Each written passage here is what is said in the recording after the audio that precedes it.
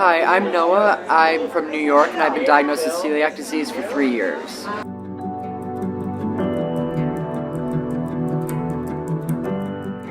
So I was living in England at the time and I just was feeling upset all the time, and my mom was talking about it with me, and then she said, Noah, you might have celiac disease.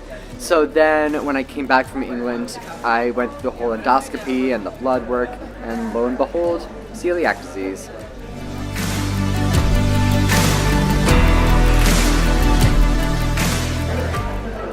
Aside from the fact that gluten-free alternatives tend to cost a little bit more, I try to do a mostly like pescatarian diet with like chicken and poultry and other things sometimes. So vegetarian options often contain gluten, like veggie burgers for instance.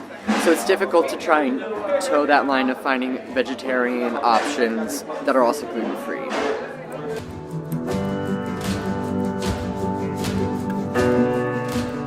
A cure for celiac disease would mean, well, just kind of peace of mind that I can go out and eat something and I don't have to worry about having consequences afterwards.